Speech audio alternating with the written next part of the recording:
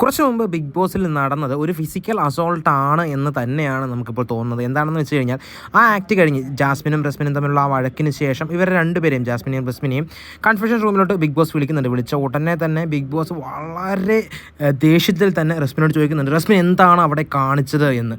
So അങ്ങനെ ഒരു act നടന്നത് കൊണ്ടാണ് അങ്ങനെ ചോദിച്ചിരിക്കുന്നതെന്നാണ് നമുക്ക് മനസ്സിലാക്കാൻ സാധിക്കുന്നത്. വേറെ രണ്ട് കാരണം കൂടിയുണ്ട് ഇതൊരു ഫിസിക്കൽ അസോൾട്ട് ആണെന്ന് നമുക്ക് മനസ്സിലാക്കുന്നതിന്. വേറെ രണ്ട് കാരണങ്ങൾ കൂടിയുണ്ട്.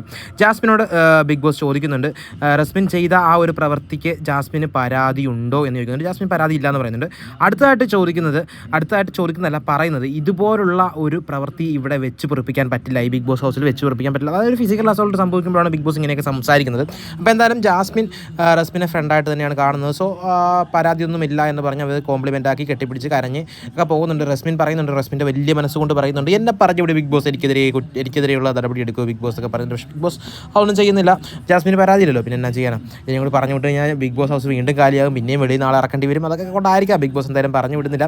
അപ്പോൾ എന്തായാലും റസ്മിൻ ആരാണെന്നാണ് റസ്മിൻ്റെ ഭാവം. റസ്മിൻ ഇത്രയും കലിപ്പ് വരാൻ, ഇത്ര ദേഷ്യം വരാൻ റസ്മിൻ അതിന് കാരണവും പറയുന്നുണ്ട്.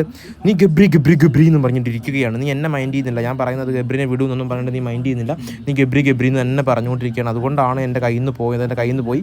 അതൊരു ഫിസിക്കൽ അസോൾട്ട് ആയിട്ടാണ് തോന്നുന്നത്. പക്ഷേ അത് കറക്റ്റായിട്ട് കാണിച്ചിട്ടില്ല. എപ്പിസോഡിൽ കാണിക്കുകയാണെങ്കിൽ നമുക്കതിൻ്റെ കൂടുതൽ വിവരങ്ങൾ നിങ്ങളോട് എത്തിക്കാം. അപ്പം അത് കഴിഞ്ഞിട്ട് ഒരുപാട് സംഭവങ്ങൾ ആ ബിഗ് ബോസ് ഹൗസിൽ നടന്നിട്ടുണ്ട്. എല്ലാം അപ്ഡേറ്റുമായിട്ട് ഞാൻ വീണ്ടും വരാം. നിങ്ങളുടെ സ്വന്തം റാറ്റ്. ബൈ.